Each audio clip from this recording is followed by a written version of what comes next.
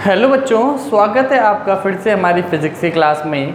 बच्चों, कल हम लोगों ने रेसिस्टेंस पढ़ लिया था जो कि ओम्स लॉ से बना था। तो बच्चों, कल हमने ओम्स लॉ कंप्लीट कर लिया, रेसिस्टेंस के बारे में जान लिया। आज बच्चों हम लोग पढ़ने वाले हैं कि रेसिस्टेंस किन किन फैक्टर्स पर डिपेंड करता है और इन पर डिपेंड करने के बाद जो बना रेसिस्टिविटी क्या होती है। तो बच्चों, आज हम लोग दो चीज़ें पढ़ने वाले हैं। एक तो वो रेसिस्टेंस किन किन फैक्टर्स पर डिपेंड करता है और दूसरा रेसिस्टिविटी क्या होता है। तो चलिए स्टार्ट करते हैं। बच्चों, मैंने हेडिंग डाल रखी है factors on which resistance of a conductor depends. वो फैक्टर्स जिन पर किसी कंडक्टर का रेसिस्टेंस डिपेंड करता है। तो बच्चों, जो रेसिस्टेंस होता है तो मैं लिखना चाहता हूँ resistance of a conductor depends on temperature। जो रेसिस्टेंस है ना बच्चों, वो काय पे डिपेंड कर रहा है? वो टेम्परेचर पर डिपेंड कर रहा है। टेम्परेचर पर डिपेंड करने से मतलब है बच्चों, अगर टेम्परेचर हमारा बढ़ेगा तो रेसिस्टेंस भी बढ़ता है। मतलब क्या है कहने का, अगर टेम्परेचर बढ़ता है कंडक्टर का तो कंडक्टर का रेसिस्टेंस भी बढ़ता है। बच्चों, हम यहाँ पर सिर्फ कंडक्टर्स की बात कर रहे हैं। कंडक्टर्स का रेसिस्टेंस टेम्परेचर के बढ़ने पर बढ़ता है। अगर मैं टेम्परेचर बढ़ जाता हूँ तो उसका कंडक्टर का रेसिस्टेंस भी बढ़ जाता है। बच्चों, दूसरा जो रेसिस्टेंस है, resistance of a conductor resistance of a conductor is directly proportional to its length। किसी कंडक्टर का जो रेसिस्टेंस है वो इसकी लेंथ के डायरेक्टली प्रोपोर्शनल होता है।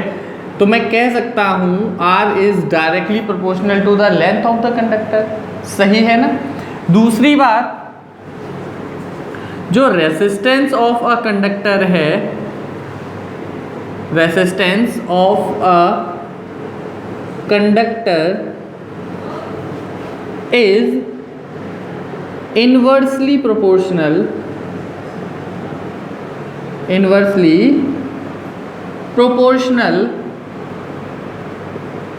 To the area of cross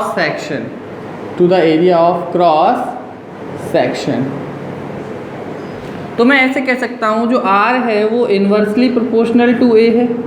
बच्चों, यहाँ से दो चीज़ें मैंने देखी। Number one, R is directly proportional to A and R is directly proportional to L and R is inversely proportional to A। अगर मैं बच्चों इन दोनों को मिला दूँ तो R is proportional to L by A बनेगा। और बच्चों, अगर मैं यहाँ से प्रोपोर्शनैलिटी का साइन हटाऊंगा तो सभी बच्चे जानते हैं जब प्रोपोर्शनैलिटी का साइन हटाया जाता है तो क्या आता है, इसकी जगह पे एक कांस्टेंट आता है। और बच्चों, वो कांस्टेंट हमने क्या लगाया यहाँ पर? रो, L बाई A। और बच्चों, ये जो रो है प्रोपोर्शनैलिटी कांस्टेंट, इसी को हम लोग क्या कहते हैं? रेसिस्टिविटी। क्या बात समझ में आई बच्चों?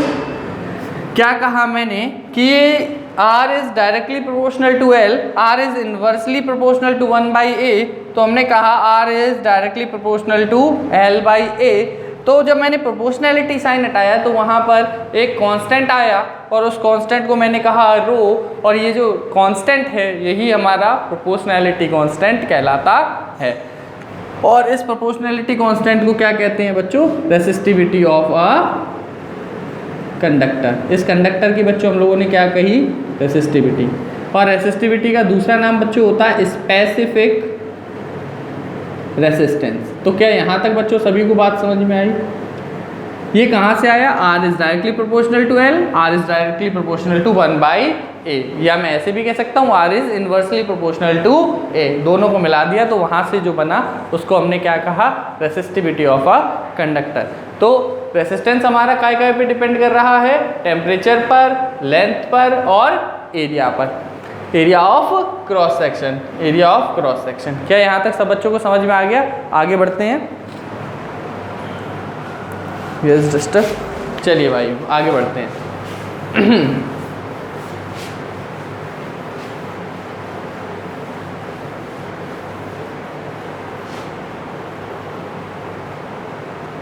अब हम बात करेंगे बच्चों रेसिस्टिविटी की डेफिनेशन की।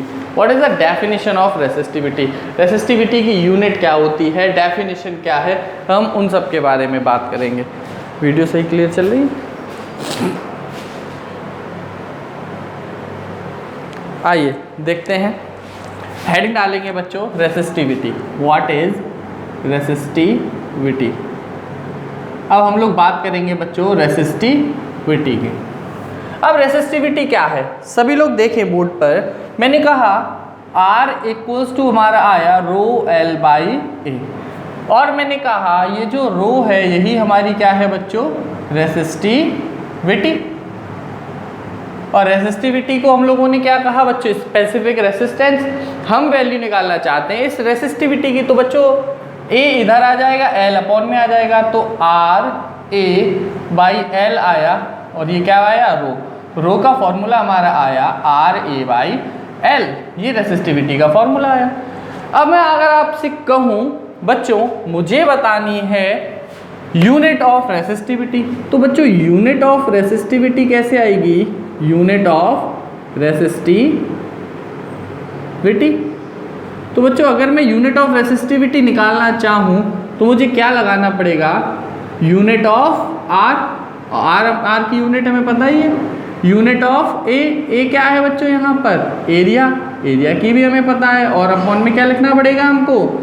यूनिट ऑफ एल, और एल सभी बच्चे जानते हैं एल क्या होती है? लेंथ होती है। यूनिट ऑफ आर हमें पता है बच्चों, आर हमारा है रेसिस्टेंस, और रेसिस्टेंस की यूनिट हमको पता है क्या होती है? ओम। एरिया की यूनिट होती है बच्चों मीटर स्क्वायर, और लेंथ की यूनिट होती है बच्चों मीटर, इससे ही कैंसिल हो गया। तो यूनिट ऑफ रो क्या निकल के आई बच्चों? यूनिट ऑफ रो निकल के आई हमारी ओम मीटर। ये याद करना बहुत इंपॉर्टेंट है, इसकी यूनिट हमारी क्या होती है? स्पेसिफिक रेसिस्टेंस या रो की ओम मीटर। यहाँ पर जो ओमेगा बना हुआ है इसका नाम होता है, अपना नाम है ओमेगा, लेकिन हम लोग क्या पढ़ते हैं इसको? ओम मीटर। तो रेसिस्टिविटी की यूनिट भी हमारी आ गई। अब अगर मैं बात करूँ बच्चों रेसिस्टिविटी की डेफिनेशन की, तो हम लोग देखते हैं रेसिस्टिविटी की डेफिनेशन। ये लिख लीजिए या स्क्रीनशॉट ले लीजिए, आगे बढ़ते हैं। रेसिस्टिविटी की definition, definition of resistivity.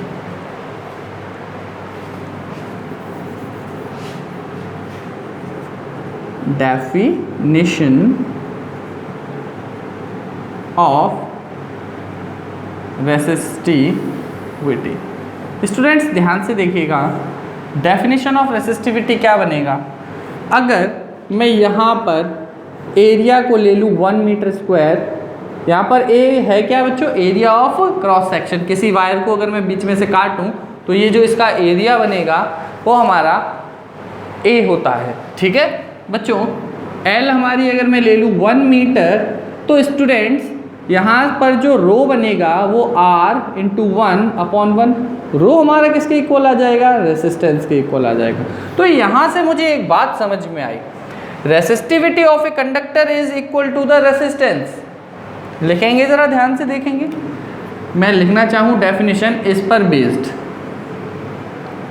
Resistivity of a conductor is equal to its resistance if resistivity of a conductor is equal to its resistance if, देखो बच्चों रेसिस्टिविटी हमारी किसकी इक्वल है? रेसिस्टेंस की इक्वल है। कब इक्वल है? If area of cross section of the conductor is 1 meter square and the length of the conductor is 1. If area of cross section of the conductor is 1 meter square and length of the conductor is 1 meter. Length of the conductor is 1 meter. तो बच्चों आपको सभी को समझ में आ गई definition of resistivity. Resistivity का फॉर्मूला क्या आया बच्चों, R A by L. R A by A इधर आ गया तो आर ए बाई एल, ये हमारा रेसिस्टिविटी का फॉर्मूला आया बच्चों। फिर मैंने कहा रेसिस्टिविटी की यूनिट क्या होगी, तो हमने यूनिट निकाली रेसिस्टिविटी की। यूनिट ऑफ रो हमारी आ गई ओम मीटर, ओम मीटर बच्चों। फिर मैंने कहा डेफिनेशन ऑफ रेसिस्टिविटी क्या होगी, तो डेफिनेशन ऑफ रेसिस्टिविटी होगी हमारी ए को 1 ले लिया, एल को भी 1 ले लिया, तो रो इक्वल्स टू क्या आया, आर ए बाई एल, और वहाँ से दोनों हमने 1 ले लिए तो रो इक्वल्स टू आर बना। फिर आर हमने कहा resistivity of a conductor is equal to its resistance if area of cross section is 1 metre square and length of the conductor is 1 metre. ये हमारा बना जाकर